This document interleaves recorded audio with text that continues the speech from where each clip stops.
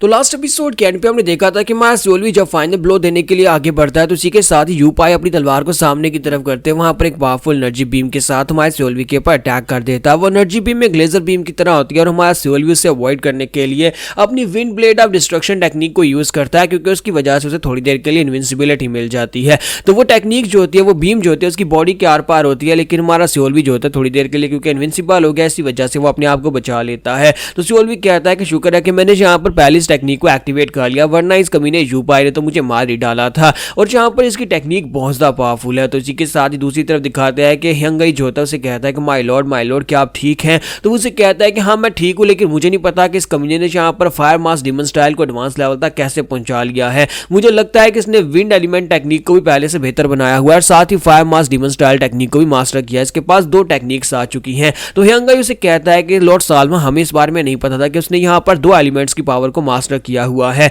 मुझे लगता है कि आपको अपनी फुल पावर को अनलेश करना चाहिए। तो सालमा उसे कहता है हाँ तुमने बिल्कुल ठीक कहा, मुझे लगता है कि इससे फाइट करते वक्त मुझे अपनी फुल पावर्स को ही यूज करना पड़ेगा और मैं यहाँ पर बाकी सभी लोगों से साथ ही मिलकर फाइट करूंगा। और इसी के साथ ही वो योंगशी से कहता है कि योंगशी मैं चाहता हूँ कि तुम इसको डिस्ट्रैक्ट करो और मैं इसके ऊपर अटैक करूंगा। तो योंगशी कहती है हाँ क्यों नहीं मास्टर। और इसी के साथ ही योंगशी जो होती है वो जल्दी से भागती हुई साइड के ऊपर जाती है और वहीं पर से अपनी टेलीकाइनेसिस की पावर को यूज करती है और ग्राउंड के ऊपर से बहुत सारे पत्थरों को उठा लेती है। तो मास्टर भी कहता है नहीं ऐसा नहीं हो सकता, ये कमीन तो टेलीकाइनेसिस को यूज कर सकती है। और वहीं पर से पत्थरों को उठाकर माँ सियोलवी के ऊपर मारना शुरू कर देती है और माँ सियोलवी जो होता है वहां से भाग रहा होता है, क्योंकि टेलीकाइनेसिस की पावर जो है ये पावर बाकी सभी पावर से बहुत ज्यादा अलग तरीके से काम करती है। तो माँ सियोलवी जो होता है वहां पर से भाग रहा होता है, इसके भागने के अलावा वो कर भी नहीं सकता कुछ, क्योंकि ये फायर ब्लास्ट टेक्निक होती है। तो माँ सियोलवी कहता है कि मुझे नहीं पता था कि जहाँ पर ये टेलीकाइनेसिस को भी यूज कर सकती है। अगर मुझे पहले पता होता तो सबसे पहले मैं इसी को मारता, क्योंकि यहाँ पर जितनी भी पावर स्टाइल्स हैं उन सभी में से टेलीकाइनेसिस वाली पावर्स को हराना काफी ज्यादा मुश्किल है,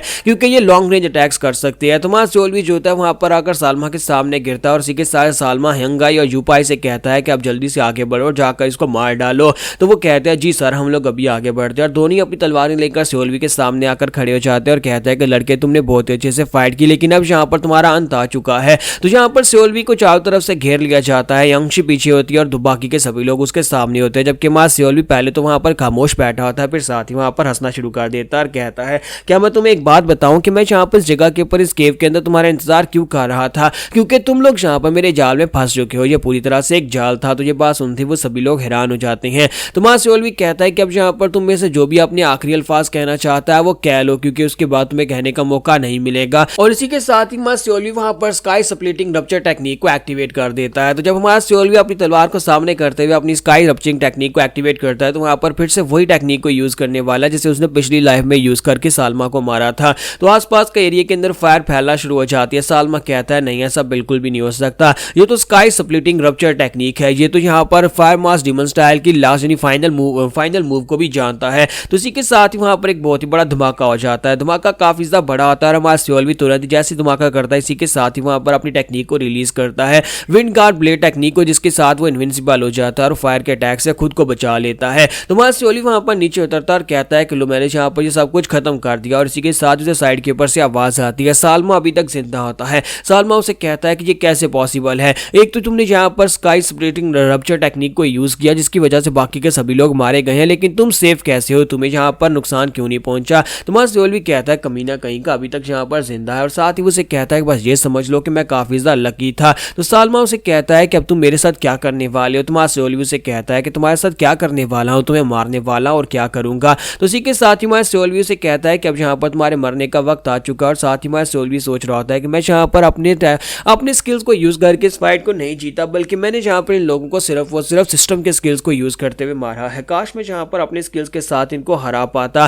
क्योंकि अगर मेरे पास अपने स्किल्स होते तो फिर मुझे लगता है कि मैं कभी भी इन्हें हरा नहीं सकता था। अब यहाँ पर हमारा सियोलवी जो होता है सालमा को मारने लगा है, लेकिन इसी के साथ ही वहां पर सालमा उसे कहता है कि मुझे लगता है कि जैसे जैसे यहाँ पर वक्त गुजरता जा रहा है तुम्हें समझ आ रही है कि ये सब कुछ पॉइंटलेस है। सियोलवी कहता है इस बात का क्या मतलब है। सालमा उसे कहता है कि जल्दी ही तुम्हें पता चल जाएगा, क्योंकि तुमने यहाँ पर मुझे मार डाला और बाकी के तीनों सक्सेसर मर चुके हैं। तो अभी यहाँ थोड़ी देर के बाद कोई यहाँ पर आएगा, यानी चोनमा यहाँ पर आएगा, वो तुम्हें ढूंढते हुए यहाँ पर जरूर आएगा। और इसी के साथ सालमा खुद ही वहां पर मर जाता है और माँ सियोलवी को क्योंकि पहले से पता है कि चोनमा उसके पीछे जरूर आएगा जब यहाँ पर सालमा मरेगा। तो माँ सियोलवी कहता है कि अब मेरा अगला अपोनेंट चोनमा ही होने वाला है। तुम्हारा सियोलवी जो होता है वहां पर उन सभी को मार डालता है, लेकिन उनके मरने के बाद वो उदास खड़ा होता है और सोच रहा होता है कि मुझे ऐसा महसूस नहीं हो रहा कि मैंने इन सभी लोगों को मारा है और खुद यहाँ पर मैंने इस फाइट को जीता है, क्योंकि यहाँ पर चाहे कितनी मेहनत क्यों ना कर लूं, लेकिन मैं जब तक यहाँ पर सिस्टम के ऊपर निर्भर रहूंगा और इन सभी स्पेशल स्किल्स को यूज करते हुए सिस्टम को एक्टिवेट करके इन सभी को मारता रहूंगा, इसका मतलब है कि ये जीत मेरी जीत नहीं है बल्कि ये तो सिस्टम की जीत है। मैं अपने आप को कितना ही क्यों ना कह लूं कि मैं सिस्टम से बाहर रहना चाहता हूं, मैं सिस्टम की मदद नहीं लूंगा, लेकिन फिर मुझे एंड के ऊपर सिस्टम की मदद लेनी पड़ती है। आज उसे एआई की बात याद आती है कि एआई ने उसे कहा था कि मैं तुम्हें 4 एलिमेंटल टेक्निक सिखा सकता हूं, लेकिन उससे क्या होगा कि तुम्हें वो टेक्निक आ तो जाएगी लेकिन तुम उसके बेसिक्स को नहीं समझ पाओगे और वो इतनी पावरफुल भी नहीं होगी। सोल्वी वहां पर अब इस बारे में सोच रहा होता है कि मैं अभी जहां तक पहुंच पाया हूं, मैंने इतना कुछ अचीव कर लिया है, लेकिन मुझे ऐसा लगता है कि ये सब कुछ बेकार है, क्योंकि इससे आके मेरे जो ओपोनेंट्स आने वाले हैं वो सारे के सारे पीक ट्रांसेंडेंट राम के आने वाले हैं, और अगर मैं अभी फिलहाल के लिए पीक ट्रांसेंडेंट राम में ब्रेक थ्रू कर भी लेता हूं तभी वो इतना पावरफुल नहीं होगा जितना वो लोग पावरफुल है। इसका मतलब है कि मुझे फिर से शुरू करना होगा, मुझे जीरो से शुरू करके आना होगा और जहां पर अपनी टेक्निक्स को नॉर्मली सीखना होगा, जैसे कि नॉर्मल टेक्निक्स को सीखा जाता है, उनके बेसिक्स से स्टार्ट करना होगा। मुझे अपनी अगली लाइफ में एक चीज चाहिए और वो मास्टर है। मुझे एक ट्रू मास्टर की जरूरत है जो कि मुझे स्ट्रॉन्गर बना सके और मुझे टेक्निक्स के बेसिक्स को सिखा सके। मुझे एक ऐसा मास्टर चाहिए जो कि हर एक चीज के बारे में जानता हो, और मुझे लगता है कि गोनमा वही सबसे बेस्ट है। गोनमा एक टीचर है जो कि मुझे यहाँ पर सिखा सकता है।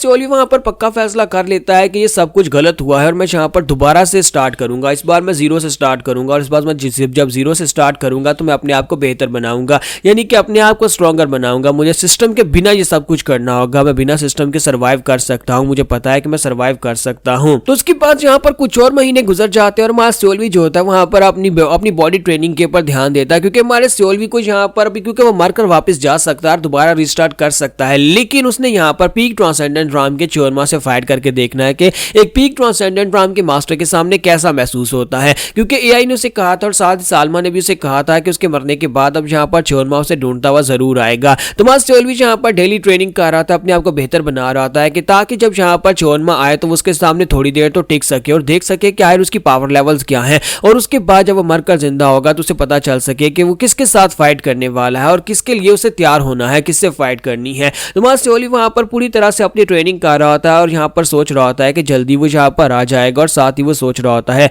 कि सिस्टम का मकसद यहाँ पर चोरमा को हराकर अगला चोरमा सिलेक्ट करना है। तो हमारा सोल्वी वहां पर थोड़ी देर के लिए सोच रहा होता है कि क्यों ना मैं यहाँ पर खुद चोरमा ना बनूं, क्योंकि सिस्टम को तो सिर्फ एक चोरमा चाहिए, तो क्यों ना मैं यहाँ पर किसी के लिए रास्ता क्लियर करूं, जैसे कि गोनमा है। अगर मैं गोनमा के लिए यहाँ पर रास्ते को क्लियर कर देता और गोनमा को अगला चोरमा बना देता हूं तो इसका मतलब यह है कि ये गेम तो खत्म हो जाएगी और मैं यहाँ पर इस गेम से बाहर निकल जाऊंगा। और वैसे भी मुझे यहाँ पर कोई चोरमा बनना नहीं है, मुझे कोई कल्ट लीडर नहीं बनना। सोल्वी फिर साथ उसे अलग पर्सपेक्टिव से सोच रहा होता है, कहता है कि अगर यहाँ पर चोरमा प्लेयर को मार दिया जाता है, अगर वो मैं नहीं हूँ कोई और मार डालता है, तो फिर मुझे लगता है कि बाकी के सभी प्लेयर्स आजाद हो जाएंगे और गेम खत्म हो जाएगी। क्योंकि अगर यहाँ पर देखा जाए तो मुझे लगता है कि लॉर्ड गोनमा जो कि एक डिवाइन डेथ स्टार है, उसके पास इतनी एनर्जी तो होगी, अगर वो एक ही बार अपनी एनर्जी को अनलीश करे तो वो कम से कम चोरमा को हर्ट कर सकता है, उसे मार सकता है, या फिर फाइनल ब्लो देकर मैं उसे मार सकता हूँ। तो यहाँ पर हम लोग अपनी एपिसोड 215 का एंड करेंगे और नेक्स्ट एपिसोड में जब चोरमा आएगा तो हम लोग चोरमा को देखेंगे कि और वो क्या कर सकता है और कितना पावरफुल है।